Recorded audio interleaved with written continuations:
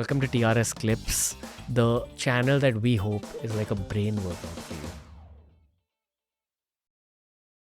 झट से बताइए सर दो चीज़ों के बारे में. आज डेट क्या है? 17 होगी 17 16 जैन 16 जैन 2026 पे ये वाला एपिसोड रिकॉर्ड हो रहा है. या कहते हैं कि ट्रम्प अक्सर वीकेंड्स पे वार करता है. क्या ईरान में वॉर होगी अब आपके मुताबिक? अटैक तो होने की संभावना है, यूएस का अटैक ऑन ईरान, लेकिन रेजिम चेंज बहुत मुश्किल है. रेजिम चेंज मुश्किल है? बहुत मुश्किल है. क्यों? देखिए, उन्होंने अभी वेनेजुएला पे अटैक किया, उन्होंने रेजिम चेंज किया क्या? नहीं, उन्होंने सिर्फ मदुरो का किडनैपिंग किया. और मदुरो की जो नंबर 2 थी Delsey Rodriguez, she is now the president. क्योंकि अगर आपको पूरा गवर्नमेंट तोड़ना है और रिप्लेस करना है, बहुत काम लगता है. It takes a long time, and the period of that long time period you will have insurgency, you will have resistance. और ईरान इतना बड़ा है कि it will be a very very big task to completely replace the government. तो आक्रमण हो सकता है, अटैक हो सकता है, लेकिन रेजिम चेंज बहुत मुश्किल है, उसको समय लगेगा. करंट रूलर है Khamenei. yes, the current ruler, supreme leader of Iran, Khomeini. उन्हें हटाना, उनको पूरा का पूरा आयतुल्लाह का रिजीम हटाना है. एक आदमी को हटाने से कुछ नहीं होगा, क्योंकि some other new Ayatollah will come up or something. उनको पूरा का पूरा स्ट्रक्चर रिप्लेस करना है. and replace it with what? With the Shah, with the son of the late Shah of Iran, जो 1960-70 तक 79 तक राज करते थे ईरान पे. And he was pro-West. he was pro-West, and मेरे ख्याल से वो ईरान को बहुत लिबरल तरीके से रन कर रहे थे. ऐसा पोर्ट्रे किया जाता है. He was very pro-West and so on. So obviously they'll propaganda once again. I'm not saying कि सब कुछ ऐसा नहीं है. उसने women को अच्छे rights दिए थे, उन्होंने education किया था, सब जगह फैला था, उन्होंने westernization, liberalization किया था ईरान पे, and so on. So he did many good things, no question about it. Yeah, but उन्होंने अपना जो पूरा oil economy है वो वेस्ट को समर्पित कर दिया था. Which was a problem, right? Okay. तो geopolitical lens यहाँ है कि तेल वाला पैसा है. अरे हर जगह तेल. See, at the end of the day, it's all about the resources. तेल कहाँ है, वहाँ जाओ. बिल्कुल. वेनेजुएला में भी तेल है. Oh yeah, 20% of the proven oil reserves of the world. मतलब वेनेजुएला खुद अगर मस्त एडमिनिस्ट्रेशन करी तो बहुत अमीर देश बन सकता है. बिल्कुल. बट वहाँ बहुत सारे इन्फ्लेशन के प्रॉब्लम्स है, क्योंकि अमेरिका ने दुनिया भर के सैंक्शंस लगा रखे हैं. Okay. So they can't trade with the world. Okay. मेरे कुछ साउथ अमेरिकन फ्रेंड्स हैं, उन्होंने कहा कि it's the most like chaotic country Venezuela. और अगर वेनेजुएला के लोग उनके खुद के देश में आ जाते जैसे ब्राज़ील, कोलंबिया वगैरह, तो इट्स कंसिडर्ड कि यार अरे आ गए वेनेजुएलन्स. ये हो रहा है पिछले 5-10 सालों से. 10 लगभग वर्ष से. यस, क्योंकि तब से अमेरिका ने बहुत ही हेवी सैंक्शंस लगाए वेनेजुएला पे, क्योंकि वेनेजुएला का तेल चाहिए अमेरिका को. हाँ, और Venezuela was not aligning with the US, so sanction it and destroy the economy. Okay. And then you say that Venezuela is doing such a poor job because of socialism. Actually, it's sanctions that destroy the economy. Okay. We'll move on with history after the following tiny chapter. ये तीसरा chapter है relevant to modern geopolitics, Greenland annexation. Yeah. तो मेरे ख्याल से Trump ने कहा openly कि यार ग्रीनलैंड के ऊपर कोई राज नहीं कर रहा है, sorry we need it. Yeah. For our own geopolitical security. Yes. क्योंकि वो मेरे ख्याल से नॉर्थ अमेरिका के नॉर्थ ईस्ट में. बिल्कुल. राइट. नॉर्थ ईस्ट में. Very strategic location. Very much. At the same time अगर आप पूरे अमेरिका के कॉन्टिनेंट के साउथ तक पहुंचोगे तो पैटागोनिया है.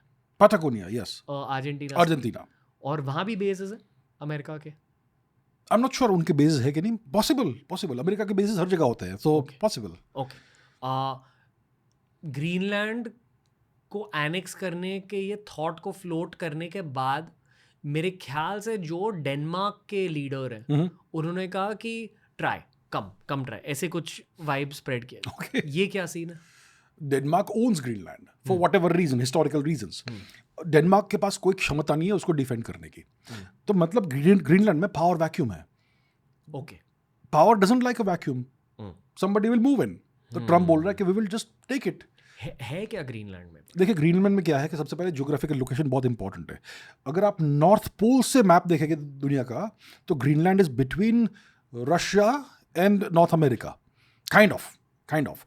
तो अगर रशिया से हाइपोथेटिकली किसी ने मिसाइल्स लॉन्च किया यूएस के ऊपर, तो सबसे पहले ग्रीनलैंड से देखेंगे वो मिसाइल्स. और दूसरी बात है कि ट्रम्प कहता है कि रशियंस और चाइनीज यहाँ पे इन्वॉल्व होना चाहते हैं because they want to take advantage of the resources in the region, तो हम ये नहीं होने देंगे। तीसरी बात है कि ग्रीनलैंड बहुत बड़ा टेरिटरी है जिसमें बहुत सारे नेचुरल रिसोर्सेज है, ऑयल है, गैस है, रेयर अर्थ्स होंगे, बहुत सारे तेल के पैसे हैं। या फिर से तो और Greenland is part of the western hemisphere mostly, और ट्रम्प ने कहा कि everything in the western hemisphere is now going to be controlled by us and policed by us. Western hemisphere, Western hemisphere. which is the Americas pretty much. The Americas pretty much, right? And Greenland is in the Western hemisphere. So Trump कहता है कि we will now control Greenland. And we can. तो he is saying कि हम इसको खरीदेंगे। जैसे US ने पहले लुइजियाना परचेज किया था 1800s में, फिर अलास्का को परचेज किया रशिया से, इसी प्रकार हम आपको पैसा देंगे and we'll take Greenland. Go along with that. You know, one of the angles of critical thinking should be for especially Gen Z's Gen Alpha. USA की मैप बस देखिए, ठीक है, एक स्ट्रेट लाइन बॉर्डर है जो से कनाडा से डिवाइड करती है, okay, cute, that's fine. Then they have the border with Mexico down south. उसके अलावा रैंडमली कनाडा का हिस्सा एक कट कर दिया, उसे अलास्का बनाया, बिल्कुल, which is purchased by Russia, which used to be owned by Russia, but the Americans purchased it from Russia. Yeah, correct. The other one is Hawaii islands in the Pacific. Yes, जो geographically America से काफी दूर है, but बहुत अच्छी geopolitical strategy है ये। बहुत ही, देखिए उनकी स्ट्रैटेजी किस प्रकार की स्ट्रैटेजी है, इंपीरियल स्ट्रैटेजी है। It is the same strategy that Rome had. American leaders ने शायद रोमन हिस्ट्री से इंस्पिरेशन ली है। बिल्कुल ली है। ये क्या है imperial strategy? Imperial strategy expansion की, जहां पर भी आपको वैल्यूएबल रिसोर्सेज है वो जाकर वो टेरिटरी ले लो, कोई भी आप उसका बहाना बनाइए या फिर बहाना भी मत बनाइए, we can do it so we will do it. जो आज चाइना भी कर रहा है, जो आज चाइना करने की कोशिश कर रहा है, but China is nothing compare to the US, nothing compare to the US.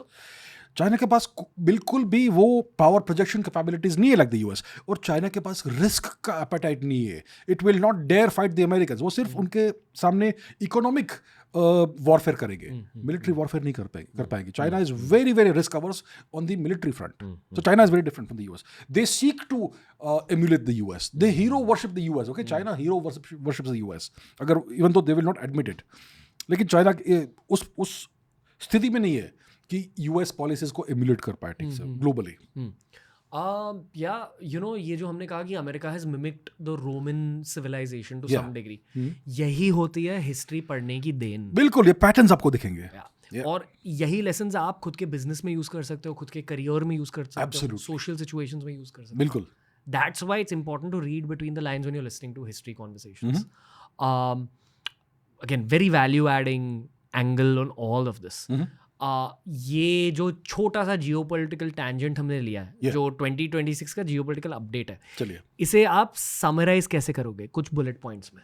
Summarise ये होगा कि the world is about to change drastically. Process शुरू हो गया है, मैप्स चेंज होंगे। अभी कुछ महीनों में, हफ्तों में, दिनों में शायद Greenland will become the 51st state of the US. Possible, शायद पर्शिया और ईरान में रेजिम चेंज हो जाए in the next few months perhaps, या फिर वॉरफेयर हो जाए वहाँ पे, एंड सो ऑन। अभी इंडिया में भी बहुत प्रेशर है। So the entire world order जो है उसको रिकन्फिगर कर रहा है कौन? यूएस। और by 30 the world will be a very different place. तो ये प्रोसेस शुरू हो रहा है और बहुत रैपिड जियोपॉलिटिकल चेंज हो रहा है इस वर्ष, नेक्स्ट 5 years में। हमने जो पहला जियोपॉलिटिकल एपिसोड किया था 2021 में, हमने उस समय डिस्कस किया था कि this is gonna be a decade of great change. We are seeing that in action right now. वही ये AC ऑन TRS के कुछ कल्ट व्यूअर्स हैं जिन्होंने सारे एपिसोड्स देखे। अच्छा, जिन्होंने भी ये सारे एपिसोड्स देखे, B it astrophysics, history, geopolitics वगैरह, जो चीज़ें हमने पिछले 4-5 साल में कवर किए ना उन एपिसोड्स पे, वो सारी चीज़ें फटकर अभी सच हो रही है। सच हो रही, बिल्कुल। याद है आपने पहले वाले कुछ एपिसोड्स में कहा था कि जियोपॉलिटिक्स इज अ सब्जेक्ट जहां कुछ डेकेड्स के लिए कुछ नहीं हो जाता और फिर कुछ सालों में बहुत कुछ हो जाता है, पूरी दुनिया बदल जाती है। बिल्कुल, ये उन कुछ सालों की शुरुआत हो चुकी है। I think we are in year 2. It started in 2025. It really began to shift. 2022 perhaps, Ukraine was the shift. That was the beginning, yeah. उसके बाद बहुत कुछ बदला है, right? Maybe was the beginning. Okay. That was a geopolitical event, no? If you look backwards now, it changed the world. Yeah. So much to discuss. No way. We are living through a historical period. Very much so. I am 110% sure कि हमारे पोते-पोती, grandchildren इस decade के बारे में बहुत कुछ पढ़ेंगे, जिस decade में हम सब जी रहे हैं. Historians will study this decade. Why? Because so much is changing. When was the last decade like this? First World War, Second World War. Really? Oh yeah, absolutely. मतलब First World War. Geopolitically speaking, Second World War. No, First World War, that decade, the 1900s to 1920, those 20 years were maybe 1910 to 1920. Chaos. 1905 to 1915, 1918, that what. और आप कह रहे हो कि ये अब हो रहा है दुनिया उसी प्रकार की चेंजेस हो रही है इस समय. में. Another reason to study history, patterns repeat themselves. Patterns, history is cyclical. You see over and over again, same patterns. चाहे आप स्टॉक मार्केट में करियर आगे बढ़ाना चाह रहे हो, चाहे आप कंटेंट में आगे बढ़ाना चाह रहे हो, it's important to study history as a tool for your mind. Absolutely. One tiny final note, ठीक है, in this whole geopolitical conversation. तीखा सवाल है. Jan 2026 में हम ये वाला एपिसोड रिकॉर्ड कर रहे हैं. सर, इस साल युद्ध होगा कि नहीं? इस साल युद्ध होगा कि नहीं? ईरान में शायद युद्ध हो सकता है अगर यूएस ने डिसाइड किया कि हमें प्रेसिपिटेट करना है to start the process of regime change, तो युद्ध हो सकता है. भारत पाकिस्तान का युद्ध होने की भी पॉसिबिलिटीज है कुछ. I would say maybe 50-50 perhaps, okay, because of the way things are going. China Taiwan, I think possibility कम है. अभी वो पॉसिबिलिटी कम हो रही है. चाइना भारत, उसकी भी पॉसिबिलिटी कम हो रही है इस समय. तो ओवरऑल युद्ध कहाँ पे हो सकता है? मे बी अफ्रीका में कुछ युद्ध हो इधर उधर छोटे मोटे. Iran is a big possibility. उसके so maybe Iran is number 1 possibility, maybe India Pakistan is the number 2 possibility. उसके उपरांत मुझे कोई मेजर दिखता नहीं है इस समय. और Russia Ukraine, Israel Palestine. Israel Palestine is essentially done. Gaza को तो पूरा फ्लैट कर दिया इजराइल ने. Israel will do what it wants. Russia Ukraine चल रहा है. I hope it ends this year, but who knows, maybe it will go on for another 5 years. ऐसा भी पॉसिबिलिटी है कुछ. रशिया यूएसए नहीं होगा. डायरेक्ट वॉर नहीं होगा. It will B disasters for the world. So they will calibrate in such a manner कि war नहीं हो. अब मानते हो अगले 10 सालों में न्यूक्लियर वेपन यूज हो सकता है कहीं ना कहीं? आई थिंक पॉसिबिलिटी है. Ukraine is a flash point जहाँ पे वो पॉसिबिलिटी है. क्यों? अगर कुछ मिसकैलकुलेशन हुआ. अगर देखिए अभी रिसेंटली पुतिन के रेजिडेंस पे यूक्रेन ने ड्रोन अटैक किया था जब Trump was keeping Putin on the phone because of a longer conversation. Okay, so that is a major escalation. Russia will be tempted कि कुछ तो बहुत ही massive response दें. तो कुछ कहीं पे miscalculation हुआ तो यूक्रेन में न्यूक्लियर वेपन्स के उपयोग का possibility है, even though it's a low possibility, maybe 5% possibility, लेकिन है. दूसरा कहाँ पे हो सकता है? इंडिया पाकिस्तान. वो भी एक possibility है, which obviously we don't want to see happening. तो और तीसरा क्या है? Maybe China, Taiwan, that sort of thing. So overall thresholds, I mean possibilities कम है. मैं आशा करता हूँ कि न्यूक्लियर वेपन्स का उपयोग नहीं हो कहीं पे, बट पॉसिबिलिटी है थोड़ी बहुत कहीं. ओके, एक आखिरी सवाल फ्लैश हुआ मेरे दिमाग में जी. ये भारतीयों के लिए, स्पेशली जो दुनिया भर अपने करियर्स को आगे लेकर जा रहे हैं, in my eyes the only place to do it successfully is either UAE और करंटली सऊदी अरेबिया. ओके, क्योंकि वहाँ अपॉर्चुनिटीज निकल के आ रहे हैं. बाकी जितने भी देश, ऑस्ट्रेलिया में भी, बाकी जितने भी देश हैं, all the European countries are actually welcoming Indians, बट हमें पता नहीं कि यूरोपियन कंट्रीज का अगला डेकेड कैसा होगा. लॉन्ग टर्म कैसी पॉलिसीज रहेगी वहाँ पे. जी हाँ. And the other common one is north America, Canada and USA. कहा जा रहा है कि भारतीयों के लिए जिंदगी वहाँ थोड़ी सी मुश्किल हो रही है. दिख रहा है. Yes. What do you think for Indians living in the US, first generation Indians? It is difficult for them क्योंकि देखिए अभी काफ़ी सारा हॉस्टिलिटी हो रहा है. ऐसा प्रोपेगेंडा बनाया जा रहा है, नैरेटिव बनाया जा रहा है कि Indians are stealing American jobs. जो H1B लेके आते हैं वो सारा हमारा काम छीन लेते हैं. एंड अमेरिकन सिटीजन्स इस कारण उनको अच्छी जॉब अपॉर्चुनिटीज़ नहीं मिलती है. Even though H1B is completely legal और बहुत कम लोग आते हैं, फिर भी ऐसा नैरेटिव बनाया जा रहा है. दूसरा नैरेटिव है काफ़ी रेसिस्ट नैरेटिव कि ये जो ब्राउन लोग हैं they are not true Americans. इनसे बास आती है. हाँ वो सब ऑल काइंड्स ऑफ नास्टी. हाँ, ऑल दोस नास्टी थिंग्स. तो पूरा ऐसा प्रोपेगेंडा, ऐसा नैरेटिव अभी बन रहा है धीरे धीरे कि Indians are not welcome, we don't like Indians हमारे साथ कल्चरली अट्यून नहीं है. They worship elephant gods and cows and what not. We don't understand this.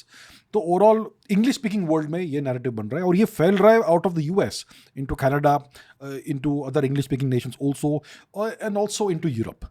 तो जो वेस्टर्न वर्ल्ड है वहाँ पे धीरे धीरे ऐसा माहौल बन रहा है कि Indians are less welcome kind of, even though ये सब लो अबाइडिंग नेशंस है। सो अगर आप एक भारतीय मूल के व्यक्ति हो वहाँ पे तो you are obviously protected by the laws, but आपको वो वार्मथ थोड़ी कम दिखेगी शायद। अगर 5 साल पहले 100% वार्म थी, मे बी आज 95-92% वार्मथ होगी। So they will see some kind of change in the way things are. Trump reelect होगा 8 सालों के टेन्योर सर्व करने I think that's a great question. Does he technically he can't be re-elected according to law? 4 साल के 2 term खत्म हो 4 साल के 2 टर्म होते हैं, that's it. After that you can't. Unless उसने कुछ चेंज किया लॉज में, कॉन्स्टिट्यूशन में, I'm not sure. ये पॉसिबल है? I think पॉसिबल तो है अगर उसको पूरा सपोर्ट मिला तो, बट उनकी आयु होगी ना, he's in his 80s now. How long can a person rule, right? So I think it's unlikely. I'm very curious to see who the next president will be. Yeah, it'll be interesting. Right? Yeah. बहुत मतलब chaotic time में वो president elect होगा या होगी? होगी? क्या पता, यूएस में कभी हुई नहीं है, लेकिन who knows? Okay. Thank you for watching the clip दोस्तों। मेरा होप यह है कि आप हर हफ्ते इसी चैनल पर लौट आओ ताकि जितने भी पॉडकास्ट हम अपलोड कर रहे हैं ना, उनका सार आपको इस चैनल पर मिले।